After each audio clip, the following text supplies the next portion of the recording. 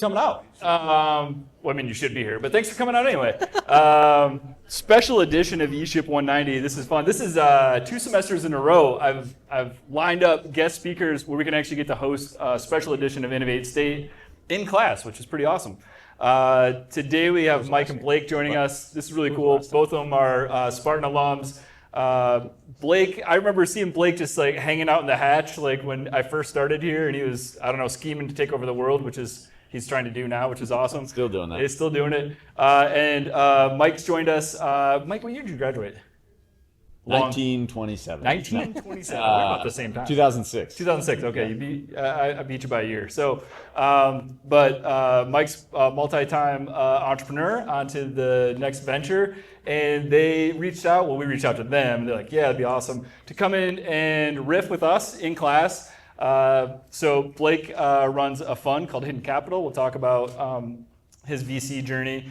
Mike's working on a new startup called Pursuit after his last exit with Wisely was the last one. We'll talk about that whole journey as well while we're here. And the dynamic of investor into an entrepreneurial venture. So besides being together, they actually have that business partnership also, which is gonna be cool. So I've queued up a list of questions. And we're not going to talk for too long. We'd love to hear from you guys. So raise your hand if anything kind of sparks your interest. You guys want to talk about things. There's really no format beyond like my list of questions, and we'll get these guys rolling. They're easy to talk to, and we'll see what you guys can come up with. Sound good? Cool. All right, let's kick this thing off. All right, are you guys mic on? Let me try. I don't. Nope. Don't know. No, here you go. You gotta flip it on? Flip it on. That was my bad. It's on mute. Wait. There we go. Press the button. Turn. Wait, what? There you go. Oh, there we are. There we go. Hello. No. Just like that. No, Now you're good. no. Yep. Nice. All right, we're live now. Just like that. Just like any other production team. Yeah. So this is fun. So welcome to eShip 190, guys. This is Thank you. Innovate State. So this is the Intro to Entrepreneurship class on campus. So we have 350 students-ish, roughly, at a given point in time, who are opting in to learn about entrepreneurship. We cover a wide variety of topics, which I hope to do so today. So let's just start with intros. I gave a weak intro. Kick it to you, Blake. Tell us a little bit about yourself. Yeah. Maybe your time at MSU, then we'll do Mike, and then we'll... Sweet. How far back should we go here? Yeah, way back machine. I don't know, like To the beginning. to the beginning. Born and raised in like West Bloomfield. I actually graduated in 2015. I studied supply chain here.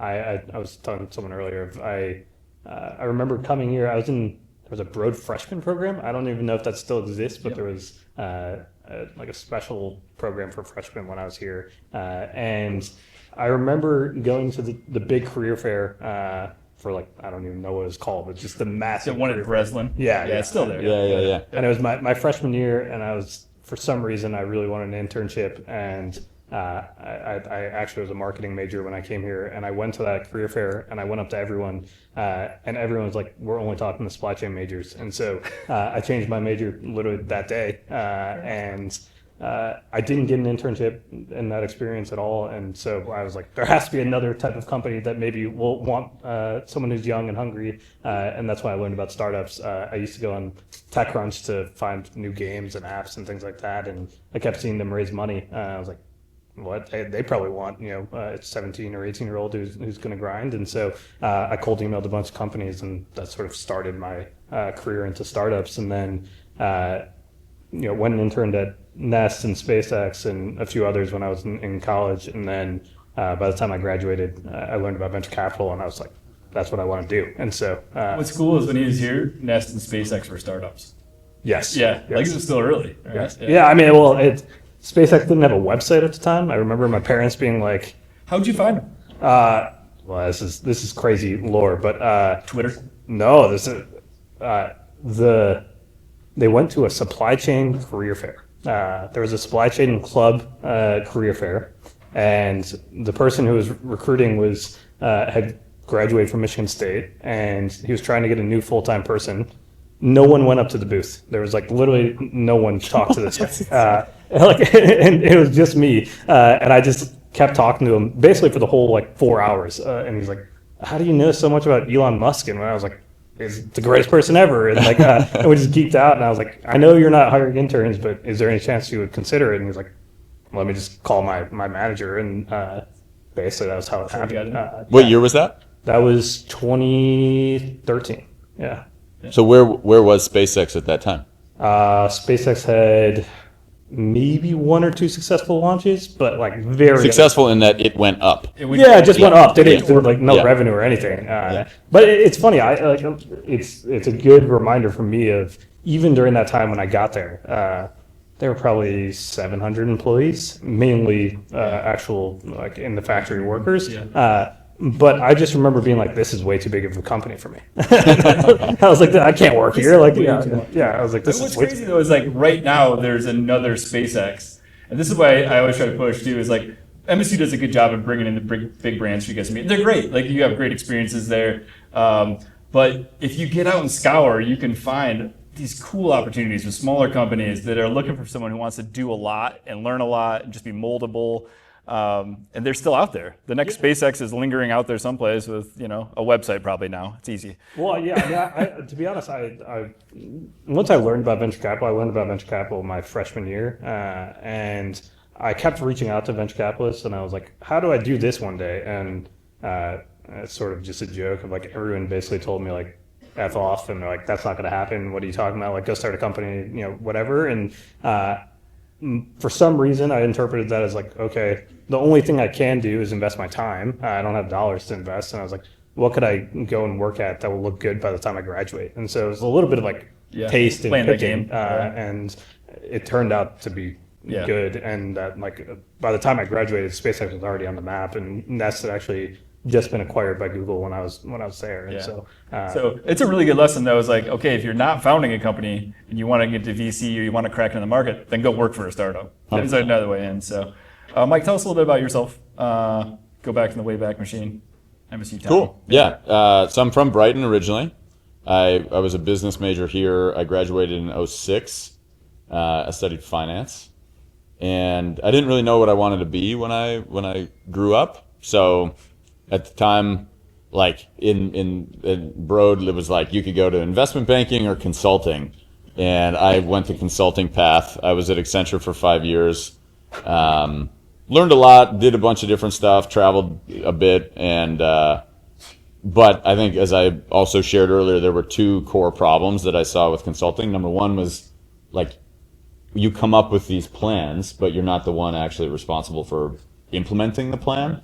And I think that any plan you come up with where that's true, it's like it's inherently flawed. And I didn't love that. Like half of the projects that we worked on, maybe the client did something with. Right. And then the other half was, I was on a plane for 50 weeks a year, and my wife and I got married in 2009. So like, not a great way to live. Yeah. Some people do it, but I didn't want that. So I left in 2011. In 2012, I started my first actual company, and it was the next 4.5 years were a dumpster fire. We built and killed 3 different consumer apps. None of them worked.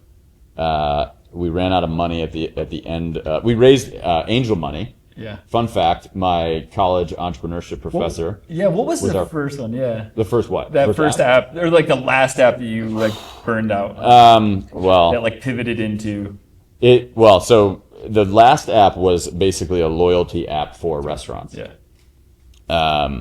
But my college entrepreneurship professor from State was our first investor. He and his friend each wrote a $250K check into Wisely, and I lived like above Jimmy John's on Collingwood there. And fun fact, so did he. Yeah. Crazy. So I don't know if you're looking to get into startups, maybe live there. But I think there still is the Chase Bank down below, but we deposited these $250,000 checks, 2 of them, into that bank, and I'll never forget that moment. It was like I've never seen that much money in a check. Side note: don't come to me for $250,000. Maybe you should. It worked out great. Yeah, worked out for those. I can get with a few. Go into debt. Go into debt if you need to. Right? Leverage. I need to leverage up. That's right. But and then so at the end of 2015. We built and killed these 3 different apps. None of them worked. We ran out of money. We had $11 in our company bank account, and we were like that close to quitting. But we decided not to because we felt like we were getting better. Like if you think about like the slope of our line as entrepreneurs, we thought it was up. So Was it like this or was it like that? I don't know. Up and But to the right. yeah, we're like, maybe if we just like take time out far enough, we'll not suck enough to survive. So we decided to keep going, and we missed payroll for like 6 months. I said this in the other group too. Like, I didn't really know what missing payroll meant. Just to be clear, what it means is you work and you don't get paid. Right. Like, no one gets paid. No one. There's $0 in the company's bank account. So that's tough. My wife at the time was in grad school at Michigan, and we had just had our first kid. So it was dark. But we decided to keep going, and then we dropped all the consumer stuff we were working on. We just kind of went B2B, built software for restaurants, forgetting about like the consumer side of it, and then it worked. Went 0 to 10 million. We sold it for 10 million in revenue. We sold it in 2021 to a public company, and it ended up working out. So that was, and then took some time off after I stayed at that company for 15 months. Reported the CEO of a public company, saw public company board meetings and all that stuff, and decided that I wanted to run it back. Yeah. So then we started Pursuit. With Yeah. my co-founder, who's also a Michigan State grad. So fun fact about Brandon Yeah. is Brandon was in my first class I taught at Michigan State. Really? So the first day I walked in, they're like, "Hey, you have to teach a class." And I was like, "I do." And I had 40 students, and Brandon was one of my 40 students. Nice. Yeah, and Did he have hair then? barely. Barely. Yeah. It's already fading. Yeah. He's an old man. He's an old soul. Yeah. But he was great. He's awesome. He's the best. And so let's, Blake, I'm gonna kick it to you just for a second. How many people in here are in finance or interested in finance as a career or VC funding for? Okay, so I got a few hands. VC is one of these terms we talk a lot about, and we did a whole lecture on like the different stages of financing and how these things work. Maybe you can walk us through how you broke in, right? So starting at Ludlow and then kind of working to Benchmark. Now you have your own fund. Kind of how does that work? And then we'll move over to the investment into Pursuit and kind of how that ties together. Yeah, I mean, venture capital on some level is an insane concept of, really it's limited partners. For me, it's endowments and foundations and high net worth individuals sort of allocating some amount of their dollars to venture capital as an industry is sort of this like ultra volatile, high risk type of investment. And, my day to day is really around power laws of like, I feel like no one knows what you just said. really? Do you want to help translate it? No. That's your job. But like, what is an endowment? Like, so Where do you get your money from? yeah. Well, So basically, he takes money from people and puts it into companies. Where's the money come from? Yeah, so I guess I have a $60 million fund, and the way that works is I went and raised $60 million from big institutions. So in this case, for me, like for example, you go to universities have big pools of endowments. They have a lot of money that they're sitting on. For me, like I have Notre Dame and Columbia as limited partners for me. Those are schools that have tens of billions of dollars that they're typically just sitting in cash or in the S&P or in some type of investment, and they sort of carve off some percentage of that to go and be deployed against more risky assets. Yeah, the same way you may think about your own investment portfolio of like having 10% in something that's super risky, right? Yes. Versus like the rest of it sitting in cash or gold. Yeah, and historically, past 20 years, venture capital has been a pretty good place to actually invest. And so a lot more of endowments these days, at least the big universities, have started to deploy against that because they're missed out on a lot of value creation. So that for me, it's high net worth individuals, whether it's billionaires or families that have lots of money, are technically the people who I work for. Those are technically the people who gave me money. But my day to day is, I maybe talk to my limited partners once a quarter, maybe even less on some for some of them. And my day to day is go and actually find great entrepreneurs to back. And for me, I've done seed investing or pre-seed investing, which is sort of the idea stage of, even Mike, for example, when we started talking, it was pretty much an idea. I mean, maybe there was a little bit of some proof point that there's something there, but more for Mike of, I want to go and actually do this than like for me to be like, oh, this is a real thing, it's going to work. Totally. And so I'm typically really investing in the person themselves, and that could be either they've had experience in that before or just a young person who is really ambitious and can paint a picture of like why this is going to change the world. And so for me, it's usually trying to go as far as like, is this going to be not just $1 billion company? Is this going to be a $10 billion company? And that can translate in a whole bunch of different ways. But I've done pre-seed investing, seed investing, and then most recently I was at a firm called Benchmark, and I did Series A investing there as well. Benchmark's a really big firm. How'd you get in with Ludlow? Which Ludlow is kind of like, it's a well-known, very respected VC firm, but not like, not like A16Z or maybe even Benchmark or some of these other firms, Sequoia, right? There's these kind of big things that live out there. Yeah, I mean, look, it's funny. In my head, I thought they were like way more legitimate when I was going there.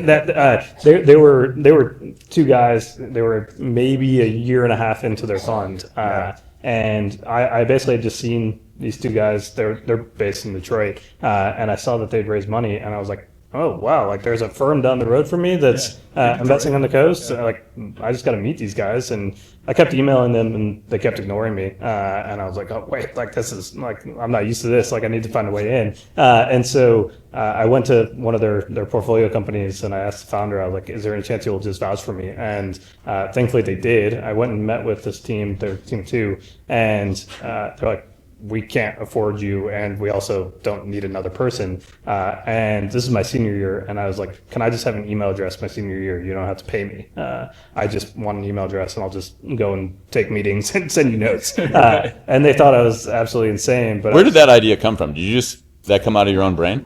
It came from actually. There was a story of a guy named Tristan Walker. I don't know. And who he had worked at Foursquare, and he started a company called Bezel as well. They sold to Procter and Gamble. But he had this story of when he was an MBA student at Stanford. He had learned about Foursquare. You guys are probably too young to know about this app, but it was a big Yelp type competitor at one point, and Foursquare was his hot app. He reached out to the founders, and the founders were like, we can meet tomorrow if you want. And he was in Palo Alto, and Foursquare was based in New York, and he just lied. And he was like, yeah, I'll be in New York tomorrow. Like, let's meet. And so that like forever just stuck in my head of like, he just got on a plane like an hour later after he got that email and just got scrappy. And for me, it was pretty clear for venture capital of everyone was friends once they were in venture capital. But like no one would talk to me if I wasn't a venture capitalist. And so I was like, if I just have an email address, like they'll just pretend that I'm legitimacy. That's genius. I love that. Yeah, super smart.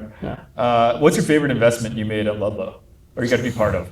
That's like asking like a favorite child. I don't know. I don't know. I'm trying to bring to life the history. I mean, they invested in some cool stuff that wasn't like really. Some of it wasn't even like typical VC. They were kind of known for. Yeah, and it was definitely a wide range of stuff. I mean, I was involved with a company called Honey, which is a Chrome extension that helps you find coupons. They end up selling to PayPal for $4 billion. I have a company called Flex, which does rent payment smoothing. So the idea being that your rent payment and your pay date of when you actually get paid are typically misaligned. And so you pay a subscription fee, and they'll just help you change what day you pay your rent. That company does about $500 million a year in revenue. I mean, there's so many. I mean, I helped start a pretty big gaming team when I was there called 100 Thieves, and that was mainly actually like extracurricular. One of the biggest LPs in our limited partners in Ludlow was Dan Gilbert, and I remember our office used to be right next to Dan Gilbert, and they kept talking about esports and gaming and all this stuff, and I was like, you guys don't know any of this, like no offense, and they kept saying like the Cavs were going to get involved, and I was like, you guys are not like young enough to understand this. And so I remember I was 23 and I'm sitting in this room, and I basically told one of the individuals that I like trusted and respected, I was like, hey, I know a lot about this. I don't think you guys actually know. And that person was like kind enough to be like, hey, you should just come to the meeting. And I just remember sitting down and Dan Gilbert being like, this is like my first time ever meeting Dan. He's like, who is this kid? Like, what's he doing here? And like, and he's like, just talk, tell us what we should do. And I was like, okay. And I basically like told them that we should go do this strategy, and when built out that team. And so, that team's, I mean, they do about $50 million a year in revenue right now. And that's awesome. Yeah. Those are great stories. All right. So Mike, you built Wisely, which was a restaurant focused loyalty app. Is that the best way to kind of frame it up? It's give or good take. enough. Good Yeah, enough. good enough. All right. And now you're rolling into a new venture, Pursuit. So let's talk about Yeah. Pursuit, and then let's talk about how you guys handle your relationship together real quick. Yeah, what's Pursuit do? Well, What's the problem it solves? the problem that we solve is that selling into state and local, this is where everyone falls asleep. This is all of these people are thinking about this. Yeah. So Pursuit solves a problem where like selling into cities and counties and states is really, really painful for companies. And that sucks for all of you because then like the stuff that Michigan State or the state of Michigan or the city of East Lansing, the stuff that they buy is usually higher priced. It's more expensive, and it's often not the most innovative product on the market. Not always, but often. And I think that sucks. Yeah. You know, so what we're trying to do is make it easier to sell into state and local government. And we think that would be a good thing for every citizen, student, teacher, cop out there. So like a couple of examples that folks might know, like there's a company called Samsara. They're a public company, and they have like dash cams that go on buses and on garbage trucks, and they know where the trucks all went, and they make sure that people's trash get picked up, and if there's an accident, they know whose fault it was, so that like, you know, the East Lansing Public School District doesn't get sued, Right. because they have evidence that like this was not the bus driver's fault. And so that like protects taxpayers' money and that sort of thing. And it's super inspiring for us to work on that. So we're trying to make it easier because we think it'll make it more competitive. Yeah. Ultimately, better products and services at a better price. We've had a couple teams in this. So what you guys didn't get to see is like the other half of this class is they do labs where they have to make a fake idea. And we've had a couple of teams come up with like, well, they could be real ideas. We'll see where they go. It was like kind of municipal facing things. Cool. And it's a hard thing for us to, but like as you know, 18 or 19-year-old to really understand that process and how opaque and weird 100%. it is, and like how much money is wasted, et cetera. So, you know, I think the default is always like, why wouldn't they want this? Yeah. But oftentimes these government bureaucracies are just layered with Yeah, there's different all incentives. sorts of things. You know, like in the way I would describe it is like so I live in Ann Arbor. Go green. I Say know. that Go often. green. But Nice town. Yeah, and I do talks at Michigan. I say go green in all of them. Yeah. But like one of the mayor of Ann Arbor said to me that revenue. You guys are many of you are business majors. Tell me how this sounds. Revenue grows at 1% to 2% a year. Costs grow at 8% to 10% a year. Does that sound good or bad? That's like bad. So Go back to your bank account analogy. yeah, like not good, right? So that's not sustainable, Yeah. right? And what we've come to believe is that the rules that people have put in, like you're describing, they're well intended, but they often have unintended consequences. So for instance, like if a mayor gives a contract to his friend who didn't deserve it, people are like, that's not right. Like we want to make sure that we put in some rules so that like you have to get 3 bidders and it has to go with a low bid and blah, blah, blah. And then that just makes it more complicated to sell in. Right. Fewer people decide to do it. So it actually ends up working the other Yeah, way. and then the purchasing department just goes with people they already trust, whatever, right? Nothing Right. cool happens. So Right. yeah, it's a huge, complicated problem we're solving. Yeah, trillions of dollars a year are spent by Yeah. those governments. Yeah. Let's talk about the investor-entrepreneur relationship then a little bit. So, Mike, you have a new idea. Did you just call Blake up and be like, "Hey, man, you want to think throw it was the other way you wanna around. throw some money at Yeah, this thing?" I thought- All right. I Like, think how it would does be, this? honestly. How does Yeah. so one? How did this relationship unfold? But two, like, how would it typically unfold? Also, like, maybe you guys want to walk us through, like, I'm a student looking to raise VC. I got this crazy idea. What's the generalized path? And then also maybe talk about how you guys connected on this one. Yeah, I mean, it's sort of a shame I didn't really know Mike when he was doing Wisely, and I think Mike and I were like going back and forth a little bit of like we should talk at some point when he was thinking about what was next, and it wasn't clear it was going to be Pursuit. You were still in this like Yeah. maybe going to Exploring things. something, and it wasn't like totally clear he was even going to go and start something again. I think it was like, okay, I'm going to tinker and I'm learning, which was awesome. Like that's like my ideal time that I want to meet someone. Yeah. And actually, I like probably the first real time that Mike and I met, I was still at Benchmark, and we had talked. Did you know you were leaving then, by the way? Yeah. Okay. Yeah. And once I left, Did they know that? yes. Okay. Yeah. They know. And sort of just like got to know each other through that, and you know, it was clear. Like hearing Mike's story, Mike is very humble. Mike's first company was like truly like he chewed glass, and it's like insane that he got out on the other end of that and actually like had an amazing exit.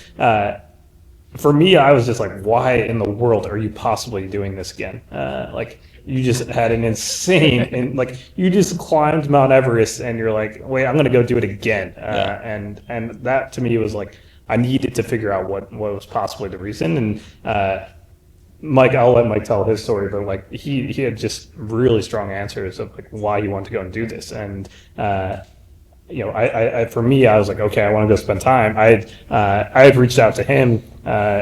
We really got to know each other, and then right as I was raising my funds, Mike actually like sort of was like, hey, I think I'm going to finally raise right now. I was like, well, hold on, let's talk. Like, and you know, Mike had a lot of different options, and so and that he's a very legitimate founder, and so for me, it's a lot of like, how do I get in front of him and prove that I'm worth partnering with?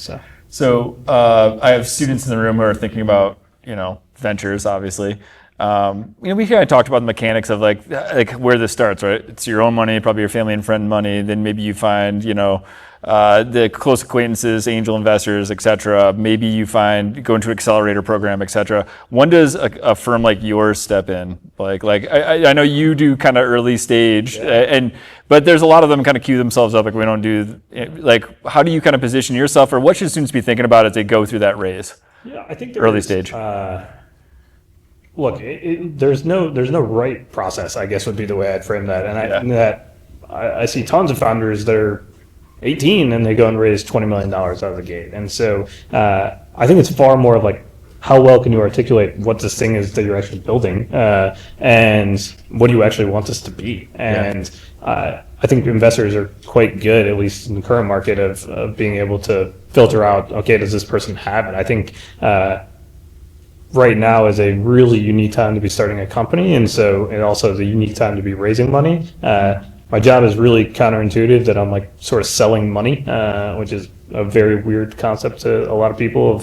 I'm trying to convince people to take my money instead of other people's money, and it's actually a really competitive time for venture capitalists. And so it's a great time to be a founder, and it's a great time to be starting a company. I think a lot of it stems from like, what do you actually want to build, and how well can you articulate that? I think coming from not a like working at a startup, it's a lot harder. I feel like you don't know what a startup is like. It's a lot harder to tell that story. And so my normal advice would be like, go and work at a startup and see what that's like before actually going and starting something. You have comments on that too, Mike? Like raising money, kind of what that process is like from your side. When you started the Wisely, I know you took the angel checks. Yeah. Did you guys raise another round or multiple rounds? Angel money. We couldn't convince any VC to invest in our company. We didn't have the track record or the traction or anything to show for it. So we tried. I remember doing the Sandhill Road crawl, dance, parade, whatever you want to call it, in Palo Alto, and like we were able to get meetings, but like none of them actually went to a check. Nor should they have, by the way, because that's like one of the things that I think I've learned is like, if you think money's your problem, it's probably not your problem. But second time around, it was way easier to raise money. It was like 100,000 times easier to raise money. So it kind of flipped from like we were begging people to like we had a bunch of people that we could pick from. And so it really, this is one thing that I've come to believe, is that like there's not that many irreversible decisions in a company. Most of them are reversible. Like you decide to do the thing, and you can be like, we don't want to do the thing anymore. Right? But raising money is one that is irreversible. Like you have to choose. Like, we're in bed for the next long time. And you want to make sure that you pick the right people who are aligned with you on a lot of different things. So there's a Charlie Munger quote, which is, "If you show me the incentive, I'll show you the outcome." And I think that's like an amazing quote. It's life. It is life. Like you can live life by that. Yeah, such a good quote. And like you could spend a long time figuring out what exactly he means. But like, so there's a lot of, Blake is a $60 million fund. There are funds that are $1 billion funds. They have very different incentives. And, as a solo GP, first time fund, like, he needs it to go well. You know what I mean? Yes, you do. And Thank you. I'm trying. You're doing great, man. I'm trying. Yeah. But like, that was an incentive Yeah. that I thought was important, Yeah. right? Also, like the hustle, excuse me, the hustle, like there's another quote that I love, which is how you do one thing is how you do anything. So like him changing his major to supply chain, scratching and clawing his way into SpaceX, Nest, all the Ludlow, like he told me that story and I'm like, this dude gets it, Yeah. like it was it felt like I was talking to a founder, right? As a VC, and you did found your firm, but like that level of like scrappiness and hustle was something that is, in my experience, atypical from a VC. Yeah. Many people have not done that, and I respected that hustle, and it was someone that I wanted to partner because how you do one thing is how you do anything. Yeah, I mean, I think this is like, you can take money from a lot of places, but taking money from the right place is really important because you want Blake with you in his mind when he's also building his network out and talking to others, be like, he's going to sell for you because success is also incumbent there, right? Whereas 100%. Like, I don't know, I'm not throwing like, I mean, obviously Andreessen Horowitz has done all right, but like, that's a big firm. Totally. Like if you're sitting around as part of a really giant portfolio, I don't know, it's not as intimate, right? Yeah, totally. I agree with that. So yeah, and that there's a time and a place for bigger funds for sure. But I thought at our stage, at the seed stage, that's like what we wanted. And also he's insanely connected, like just on a level that I could never be. Like I aspire to be that connected. Yeah. You could be that connected. Yeah. But I think like just like he can text anybody. Yeah. It's pretty unbelievable. But and it's not just that, because like there are some people who, they grow up in the Bay Area and their family is connected or whatever, but like he built it from zero. Like grew up in West Bloomfield. So look for smart money that's going to work with you. Yeah, I think that's really important.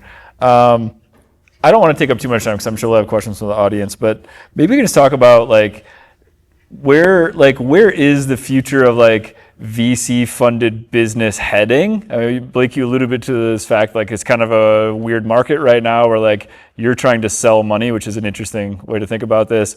And maybe Mike, building this product, like how different is this second product that you guys are taking to market now versus, I mean, like I hate to get too like, what's AI doing? But like, what is the market like now for both of you? And then maybe we can kick it to students for some questions. One observation I would have from what he said before is like a lot of funds were on the sidelines for the last 20 years. And they're like, oh shit, we should have been been doing venture. So what happens? More people do venture. Yeah, there's more money in venture. That makes your life more competitive. There's even like private equity money in venture now. Like all these things that were kind of like sacred, like buckets. Like there's not many buckets anymore. It doesn't seem like. Yeah, well, it's also these companies stay private for a lot longer. Right. A lot longer. I mean, Anthropic at 800 billion, and historically that would be a public company. SpaceX at $2 trillion. $2 trillion. So that also is a big part of it. So I think it's 75% of all venture dollars in the past quarter went to 5 companies, which I think is a pretty damning. Who are the 5? OpenAI, Anthropic, SpaceX. Oh man, I'm totally blanking on the others. I mean, Harvey, and then Lagora. Okay. Yeah. Wow. Yeah. That's a lot of money in one place. Yes. It's not very diversified. All right. So what's the market like? I mean, like, is AI going to rule the world? Or are these like students sitting here? What should they be thinking about? Yeah, I mean, look, it's. Do I just put AI in my pitch deck and then go ask for money from you? I mean, I think AI is the difference between like talking to someone in Michigan versus talking to someone in Silicon Valley about AI is like true night and day. Like, in Silicon Valley, they will tell you like, this is the realest thing ever. This is going to take all of our jobs. This is like actually a real threat to the world on some level, but it's also maybe the greatest invention of all time. Yeah. And I talked to a lot of my friends, even from college, and most of them barely use this stuff. And I mean, I use AI, I don't know, 9 hours a day, if not more. Like, really? Yeah, Same. yeah. Good Lord. Okay. I view it as a fail if there's a thing that I'm doing and I'm not using it, and I'd say that to our team too. Yeah, I mean, look, there's not I can't remember the last time I got a pitch that did not involve AI. Yeah. Like truly, I probably maybe 2 years ago was the last pitch I've gotten Yeah. that wasn't involving AI on some level. And the unlock is, look, you can take a team of 5 and go really far in this term. Let's talk about that. Like, what's your team like for Pursuit? Like, how's it? We have 31 people. Okay. What was Wisely at its peak? 70. Okay. But I think we would need like 2x as many people as we had now to do the work that we're doing now. Okay. Yeah. But yeah, I mean, I think we talked about this a little earlier. Like, my advice to everyone in this room is like, the way I would say it is like, you will run into some engineers who are 35, 40 years old, who are very experienced engineers. And like, if you were to rewind the clock 5 years, they'd be insanely sought after. Some of these people embrace AI and they use it to write all their code. Some people say like, oh no, I have to handwrite everything. And it's like a badge of honor. We just won't even, like, those people won't even get an interview at our company. It's just like so opposite from where we think the world's going. So I think like you all as college students have a unique opportunity because, you know, like AI's not been around for that long. Like if you follow what's happening with Anthropic or OpenAI on a daily basis, there's something new. And you as a college student can like have it for just as long as everyone else. You know what I mean? So like you can come out of school being like a top 1% AI user in the world, and I think that like that alone would make me want to hire you. So one thing I said in the lunch talk we had was, for any internship interview you have, figure out like you know what the role is going to be, and then use AI to build a thing before that interview and just show the person interviewing you. And it's like the easiest thing that you could do to basically guarantee yourself a job, because in their company they're looking for people to drive AI forward. The boards are talking about it. The CEOs are talking about it. And so the CEOs are chirping, we need to use AI, and people are trying to figure it out. So if you just like walk into an interview, you're answering a question that like no one else has been able to answer in their company. Yeah. I think it's like a layup.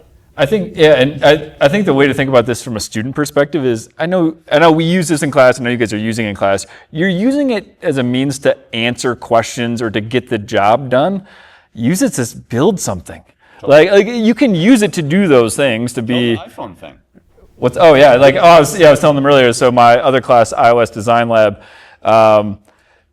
in a year, 6 months to a year, we used to just, most of the students would do their final pitches and they'd be just in Figma or like some sort of hack together drawing of like digital drawing or like some other like prototyping tool.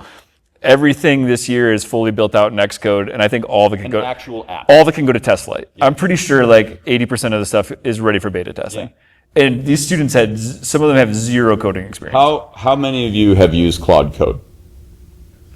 Actually, a decent number of hands. That's good. That's great. Yeah, that's awesome. But don't just build it as that, here's how I'm going to write my paper. Like, use it to do stuff. Like, I think that's the difference between like the 0.0001% of people who've realized the world's changed and those who are, I don't use it like you guys do. I'm not a power user, but like, it's like becoming more and more clear to me that I can basically build anything I want. Yeah. If you want to take the time to do it. Bluntly, like we would never hire someone who's not using AI for everything. So if you're one of the people I'm serious. Like if you're one of the people that did not put your hand up for the Claude Code thing, go download it today. Like literally today. Yeah. Pay the $20 if you have to. Like and build a thing. Like ask it to tell it like, I don't know, I have this idea about whatever thing. I don't know how to use Claude Code. Tell me. And it will literally tell you. Yeah, it'll walk you through everything. Yeah. Okay, that's a great place to start. AI is going to take over the world. What questions do you guys have? What can we answer? I got more softball questions, but I'd love to hear from you guys. Got a hand right there. You said that if you think money's the problem, then it's probably not your problem. Can you please explain that? Yeah, so the question was a repeat, asking for some clarity on Mike's question around money being a problem. Yeah, I said if you think money's your problem, it's probably not your problem. I mean, the way I would describe it is like, if you think you need money to invest in marketing, then the question is like, well, why do you need marketing? You know, like there's like an old line which is like, you have sales because your marketing sucks, and you have marketing because your product sucks. Right. Like, so if you think you need money to invest in marketing, like ask yourself the 5 why. I guess the thing I would say is on that is like the simple way to think about it is like, you tell yourself, I think I need money. Ask yourself why 5 times. And the answer to that is probably something different than money. That's been my experience. I had this epiphany yesterday. I was reading a book, and then I realized Tesla doesn't run advertising. Have you guys ever seen a Tesla ad? Never once. They don't exist. There are no Tesla ads. Yeah. I didn't realize that until I read the quote. I'm like, oh shit, like that's true. Right. I think it was maybe Elon who said that quote. And it might have been. Yeah. Yeah. I was like, Yeah, I mean, look, I get pitches every day of people telling me they need $8 million to bring their idea to market, and my view is like, you probably need $100,000. Like, Yeah. like, you know, it's very rare that money solves your problems in the earliest stages. There's definitely a time and place where money can solve your problems when you're scaling. Maybe Definitely. you need to hire more salespeople or whatever that might be. But even still, that's like, to Mike's point, it's more of that's a function of another issue within your company. And so, yeah, and another way I would say it is like, you might say, I need money to hire this person. And so like, I think up until now, people have talked about like the org chart of a company. There's like the CEO, and there's like, you know, a CRO and a CTO. And I think like the way that we're talking about it internally at Pursuit is there's like, I don't know what the term for it is, but it's like there's an org chart and an agent chart. You know what I mean? Mm-hmm. Like there should be, you should think of agents the same way that you think of like hiring a person. So like before we go hire a person, we want to agentify as much as we can. Does that make sense? Or because you made a face, like did that land or no? Agents. So like, does anyone who knows what an AI agent is? What is an AI agent? Basically, you can get, like, I've seen people take, like, small computers, like Apple makes one now, and you basically make an AI that can do a job for you, and you can make it do literally anything you want. It just takes some time to build it. So, like, simple way to think about it is it's like a set of instructions that run periodically, right? So, like, for instance, one easy one is, like, a competitor intel agent. So you can say, like, here's what I want, agent, here's what I want you to do. I want you to go to this set of websites every so often, every 7 days, and I want you to figure out, like, is there new stuff that was on the site? And if there is new stuff that was on the site, I want you to summarize it for me. And I also want you to go to their social pages and summarize what they're talking about. Did they hire new people? Did they post new job openings? Boom, boom, boom, boom, boom, boom. Right? So this is just a set of instructions, and then you have it run every week, right? And before, you might have hired like a competitive intel person. You probably wouldn't have, but like, you know, you maybe could have. an intern would have. your intern Right. would have done that. But now that just runs, and it gives you the answers, right? So that's like a simple version of it, and then you start wiring these things together. They run like back to back to back. So you could see how like you could build an entire marketing department out of agents, essentially. Back to your first question though, like the money thing, and this is something I've seen just working with so many startups and helping them, is like anytime you see the same person coming back saying, I could do this if only I had money, then you know that the problem isn't money. Yeah. Right? Like the world's full of money. Yeah. It's your ability to cohesively explain what you're going to do with it if you get it, or like your ability to sell, or the product's just not good. The fact that you don't have money is a reflection of something, a deeper problem. Yeah. And it doesn't mean you don't need money to do things. You could use it, Yeah. right? But like it's the fact that if that becomes a reoccurring issue, it's like, okay, like yeah. And that triggered me to have another thought that maybe is on the same, line of money is not the problem. So anytime you have like a consequential, irreversible decision, you think about that axis, right? Like highly consequential decision and irreversible. Anytime you have that, you might consider like, how do I test this in a way that is like less consequential and more reversible? So like, as an example, should I marry this person? Well, you could marry them, but you could also go on a date, like Right. that's way less consequential and more, you could just like, oh, this sucks, I'm leaving. So like that's the same thing with starting a company. I want to start this rocket company, figure out a way to test something on a way smaller scale. I don't know what that would be, but like there's always a way to do it. Yeah.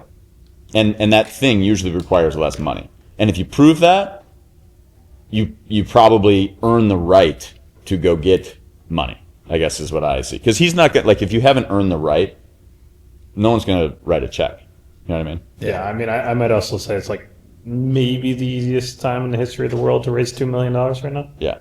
Yeah. Not maybe, definitively. Maybe crypto era. Well, It was close. Yeah. if you're selling crypto. But Yeah. like this is, I think it's a. But if you're building a company, it's times are good. All right, other questions? What else we got? That was a great one. Yeah. Okay, so my past internship, it was all Power Apps and like built these Copilot, but all I could have I use Claude Code.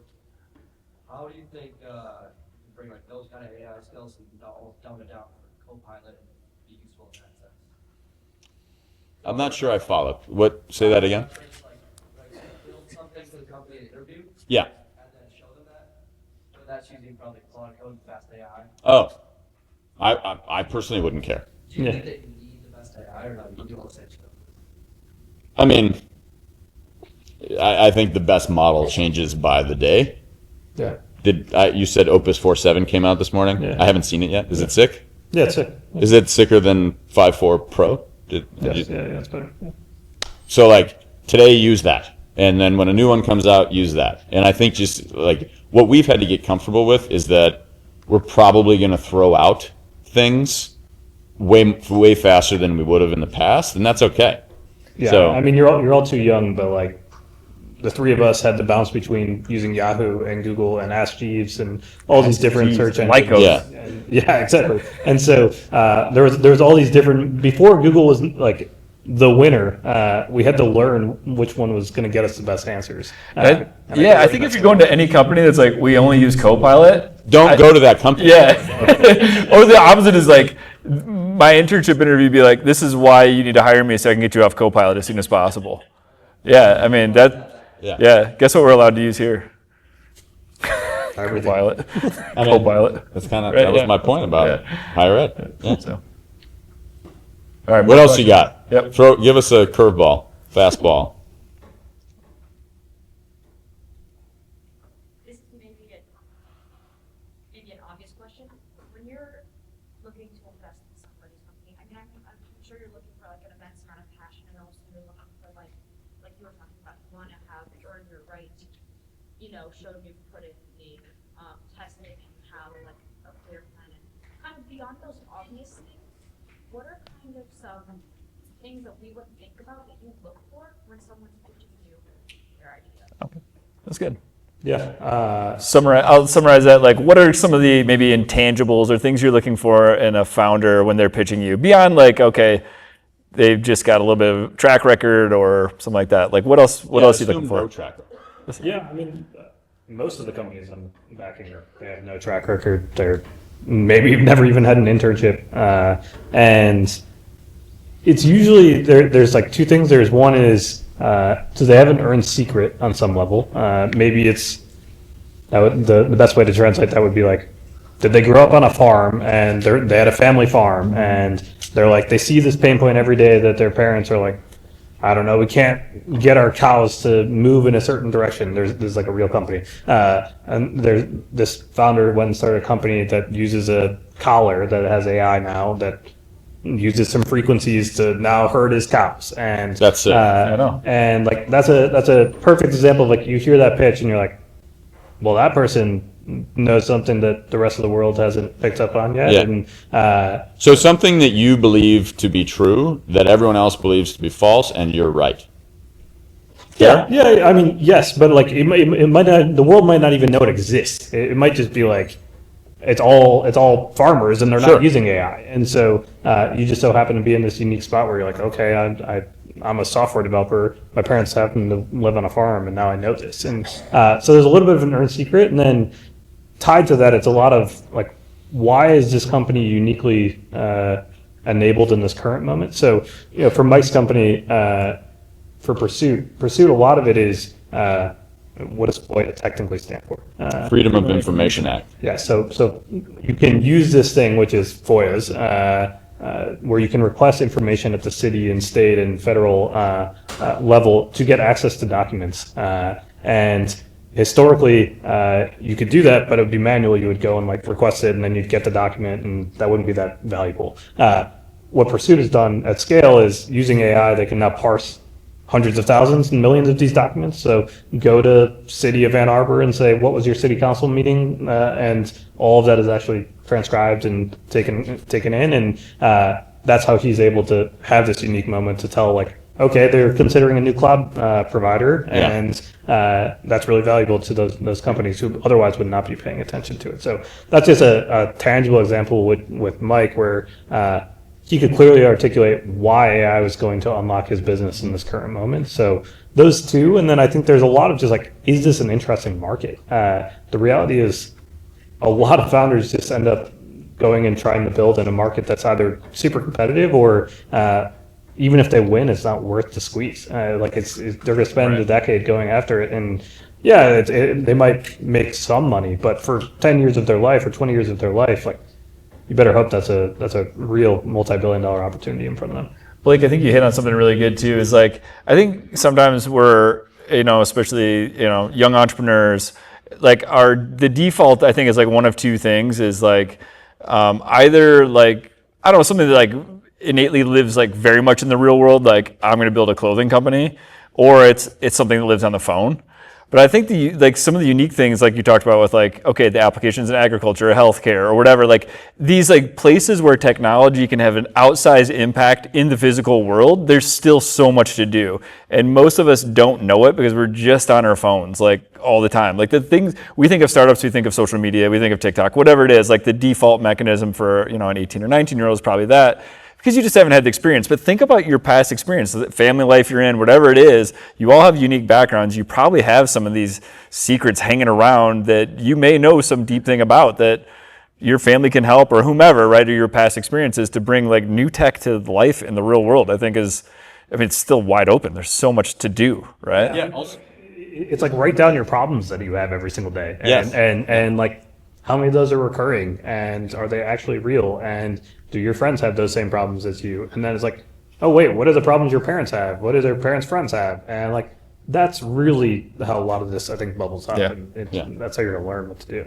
Yeah, or like find an area that you care about that interests you, and like go work in that area for a period of time and like just make observations, learn to see. I think there was a question. Yeah. Mike, Ken, how are you? Good. Blake, thank you. As a former graduate, 40 years ago, I was here, and I it wasn't the Broad School, right? It was Emily Center. But I recently launched my own companies, AI transformation services and CRM consulting services. I guess my question to you both is, I'm in the process of raising a lot of money with two other partners to create an infrastructure here in Michigan to support all of the ideas around AI. We're not calling it data centers, we're calling it regenerative infrastructure. It's a good way to hide it. From your travels, what's that? So that's a good way to hide data center. I like it. So from your travels, from Silicon Valley to around the world, what advice would you give someone like myself and my two partners on how we can go out and convince, the investors? We're raising $2 billion to build infrastructure in Michigan. We want to create Michigan as that infrastructure for every AI opportunity, from automotive to services here in Michigan, and not only in Michigan, but also around the Midwest. I'd love your insight on that. Thank you. Just so I understand, you're raising $2 billion to build data centers? We're raising a fund. We're raising $2 billion to invest in a fund. Data that will infrastructure. Support data centers. Correct. Okay. Oh man. Yeah, I don't. You asked me to stump. I don't know. Would be my answer. I mean, I think the reality is you only have to convince a few people. The reality is there's also just only a few people that can make those decisions on that check size, and so look, from my experience of raising my own funds, Do you have a portion of it raised already, or are you? We've got some commitments. Okay. yeah, We've got places where they want to build the data centers too. Okay. from my own experience of raising funds, a lot of it is trying to find, I don't, let's just say if you're raising $2 billion, you're either raising from the government or you're raising from maybe universities, but you're raising from Saudis or sovereign wealth funds and things like that. And in those cases, it's a lot of, you need to get networked into the people that they already work with. In the same way that my advice to a founder who wants to work with Andreessen or Benchmark or someone like that is go and meet the founders that already are in their portfolio and earn their trust or respect. Get the intro. Yeah, get the That's good introduction advice. to them. There was a question over here. I saw a hand. Yeah, right over there. I don't know if I should ask it in the business school, but money or happiness, and how has it changed? Ooh, that's a good question. You guys. Mike's well positioned to answer this. I mean, I think that there are certain problems that like money can solve, right? Like, you know, you can like put a roof over your head. You can buy food, you know, like you can hire a babysitter so that you and your wife can go out or your partner can go out, right? Like there's a certain class of problem where like money does solve those problems.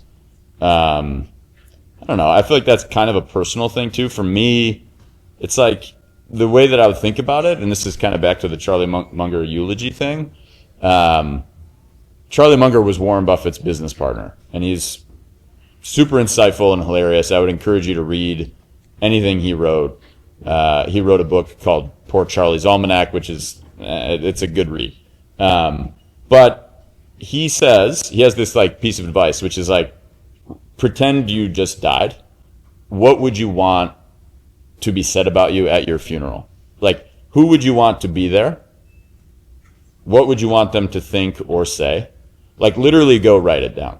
Like, write down who would you want to be there? What would you want them to say? And then, like, imagine, like, okay, what if I died tonight? What would they say?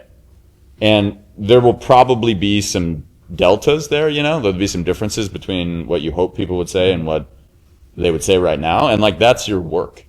So for me, and I think that's a super personal thing, right? So, like, what is happiness to me might be different from you. And that's okay. But, you know, for me, like when I'm an old dying man, I hope two things are true. Number one, I hope my family is happy, healthy, and fulfilled. So that's my wife and my three kids. Someday they may have kids. And I want my work to have been meaningful. Like I want to try to leave the world a better place. And that's for me. Might be different for you. Money can't buy a lot of that, you know? Like money can't, like, I can't spend money to coach my kids' flag football team, you know? I can't spend money to, like, solve this government procurement problem. So, I don't know. Like, I said money's probably not your problem before, but I think, like, for me, it does boil down to, like, what do you want to be true about your life when it's all said and done? And have no regrets, right? Like, minimize the regrets. Like, so for instance, if you think you might want to start a company and you ask yourself like, okay, I'm on my deathbed. Am I upset that I didn't? Like, don't let that happen. That's kind of how I think about it. Yeah, I mean, for sure, regret minimization of just like when you're comparing two different things, it's just like, which one are you going to regret more? Or regret not doing? You're like, go do that one. Right. And I don't think money solves everything. Like that's for sure. Like I would do this job if I was making 1/10 of what I make. Like I love my job. You did. Yeah. Yeah, I did. Yeah. You said it. I did. You literally did it for free. Email address. Yes, I did it for free. Like So did I. Yeah. I did it for free. Yeah. I paid to do it. Yeah. Like I love my job. Like there's not one part of me that thinks this is a job. Like I hope that I'm doing this for the rest of my life. Yeah. That's a Did good, that answer your question? yeah, that's a good question. All right, I think we got time for one more. What do you guys got? Final question. Yeah. How do you think the financial and sustainability of AI providers will affect the large influx of AI-based startups and companies entering the market at the moment? Did you read that from AI. Bob or something? Did you read what that AI? from Claude? Where'd you get the question? Were you reading that from an AI? I just wrote it down. Oh, okay. Oh, all right. It sounded like I was like, Yeah, yeah. that was He, well worded. I was Can like, you say it one more time? Yeah, sure. How do you think the financial unsustainability of AI providers will affect the large influx of AI-based startups and companies entering the market at the moment? oh, okay. So you're questioning whether or not these companies are spending a lot of money. They're outspending their revenues right now, which is not atypical in the startup world. How might it affect this in the long-term scaling, et cetera? Like, or affect companies using their infrastructure? Like if someone starts an AI-based startup Yeah. and 3 years down the line, And everyone's been like burned on these other AI startups. Yeah. I mean, I don't think that's a real scenario, to be honest. I think, like, if you look at capitalism, there's like boom and bust. And there's been a bunch of times where, like, the physical capital deployed into a thing, like, outstripped demand. And you could go study them. Railroads, internet, fiber Automobile. cable, right? Like, almost every single one that's happened. Will that happen here? Probably. But I think that's actually a feature, not a bug. Because then when the bust happens, like the prices reset, they normalize, and it's going to be more sustainable. By the way, there's like a bunch of open source models. Like, I don't know if you saw, Google released this thing called Gemma last week. Is it Yeah. Gemma? Is that how you pronounce it? Yeah. And you could run it on a laptop. And you right? can train it however you want to. Yeah. So like I'm not worried about like those companies going bust. By the way, like Anthropic was $9 billion of revenue at the end of January. Do you know where it is today? 30 billion. From 9 to $30 billion in 2 months. There's never been anything. There's never been anything close to that. anything close Yeah. to that. Yeah. So they're losing money today. Some of them, will probably run into an iceberg. But on the whole, like I don't worry about that scenario. Yeah, it's not even top 10 things Yeah. I worry about. Yeah. What is in your top 10? What's it? That's a great. This might be the best answer to end the class on. What's Blake's top 10 things to worry about? The real question is just like, does AGI and do these things just eat all software companies? I think is the biggest, which is if I can type into Claude and it can build, I mean, half the pictures I get, I can build the exact company that they're pitching me on the call in those 30 minutes. Yeah. And robotics will make the physical stuff. I think if you give robotics a decade, it's gonna be the same thing. I think it's really interesting because we were talking about this too in class. Was like this ability around like like we had this whole boom and we have an app economy, like this software economy that's fueled like basically everything in the 2000s, and all of a sudden it's just kind of like, wait, I can just type in prompts and like make my own version of X. It's really crazy. Like, what does that mean? Like, What's interesting about I don't that know is what that means. If like, you literally made your own version of X. oh, of X, yeah, the yeah, website. yeah. And you were the only user, like it doesn't matter. It does. That does. I meant X in a No, figurative I know, sense. I know, Okay, I know. Twitter. Yeah. But I still. Do you think like network effects are dead? Do you think they don't matter anymore? No, Maybe they'll matter more. They still matter. So They there's might like matter there more. are some things. Right. Yeah. There are some things that matter still. liquidity of marketplaces matters a lot. Yeah. Yeah. But I started thinking about like out of the example, like the epiphany for me was like, what if I just like wanted Angry Birds, but it was with angry cats? Can't I just make that now? And like, For sure. now Angry Birds doesn't matter. Right. Because it doesn't matter to me. I'm just playing a different version of it. Yep. And that was like the thing. People made boatloads Totally. of money off this thing Totally. existing in the world, right? Which is Yeah. just strange to think about. What have you thought about? Like, I mean, your kids are really young, but like, have you thought about what you would advise your kids to do, or like skills that you think they should have? Sales, for sure. Really? Yeah. Why? If you know how to sell, you'll be able to do figure it anything. out? Yeah. Figure it out. Yeah. There it is. Get those sales skills. Yeah. That's actually an interesting thought, because I don't know about now, but my perception is that when I was in college, sales was like a dirty word. Was this true for you? Yeah. I went and did sales right after school. I went to Google for 6 months and did sales. But like, do you perceive that like at when you were in school, like Yeah. the thing No one said they wanted to go do sales. yeah, everyone was like, I want to do marketing. or like it's because it's highbrow sales, you know, like Yeah, but both you and highbrow our job is sales. That's all it is. 100%. And human coordination on some level. Yes. But Yeah, mainly sales. which is sales. Yeah. Human coordination. It is.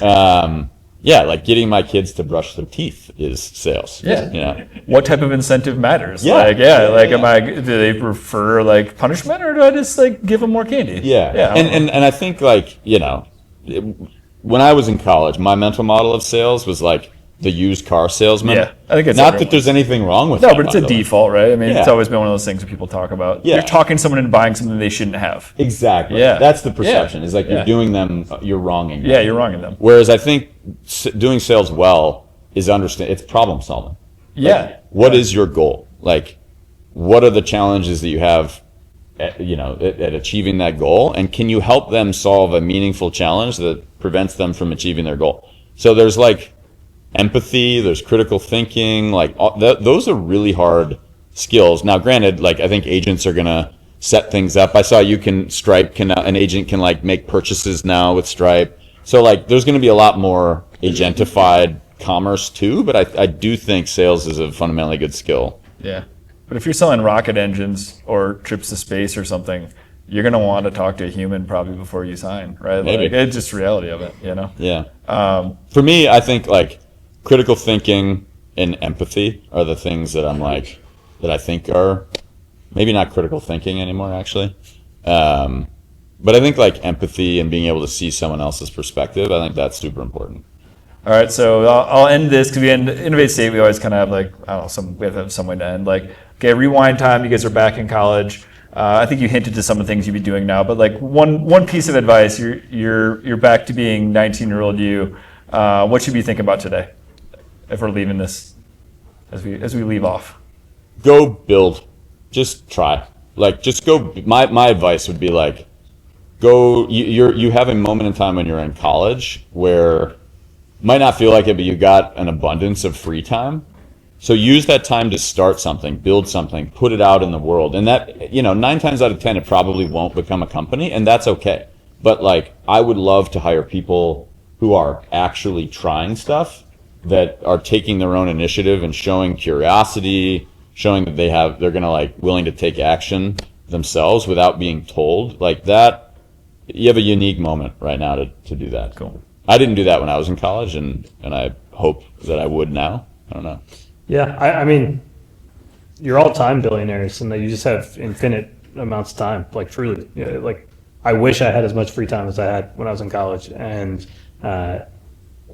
your only limit is your curiosity right now. Like truly, and you can totally weaponize the fact that you're college students. People just respond to you. 100%. Like Go green. Yeah, you just find anyone from any company you like, go and message them. If they went to Michigan State, I almost guarantee they'll respond. And so, for some reason, people are scared to send cold emails. And Can you explain that? Like, I know what a cold email is, but like what? So like, let's say you're Blake, supply chain major at Michigan State, and you want to get a job at Nest. Yeah. Literally, what would you do, step by step? I literally just looked to see who is head of talent at Nest on LinkedIn, and I just guessed their email, and I wrote them an email, and I'm just like, How'd you decide what to put in the email? Now you use Claude. yeah, now you can just use Claude, but at the time I just would write like, Or maybe you don't to stand out now. I don't know. Yeah. I would write like the cringiest email ever in hindsight, and Like what? Like what? What would it say?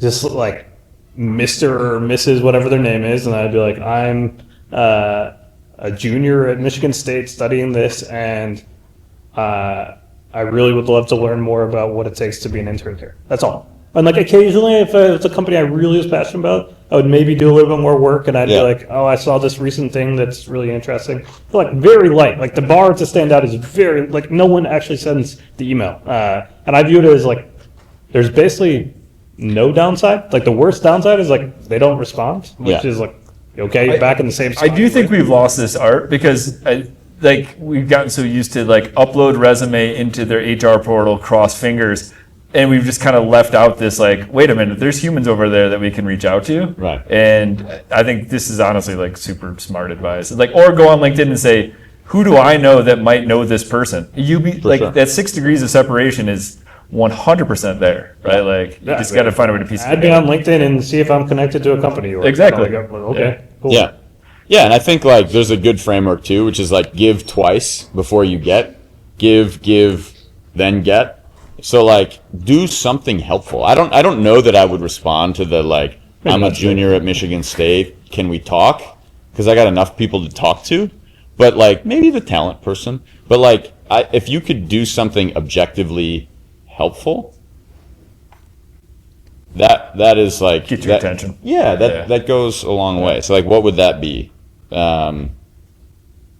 If you looked at our website and found something messed up, or you saw that we were hiring for this role and you go and do that role for free, like, hey, I saw that you're hiring for salespeople and these are the types of companies I assumed you were targeting based on the logos that are on your website. I asked Claude, like, give me 5 more like this. And so I just like hit them up and said, that I work here and like, book the meeting. I don't know, like do something send me a lead, send me an intro or like a blog post for you. I don't Yeah. Something that makes you stand out. Yeah. Love that. Yeah. All right. Well, hey, guys, thanks for coming today. This is awesome. You guys stick around for in-person Q&A for a few minutes if you got time? Yeah. Awesome. Thanks, guys. Thanks for coming in.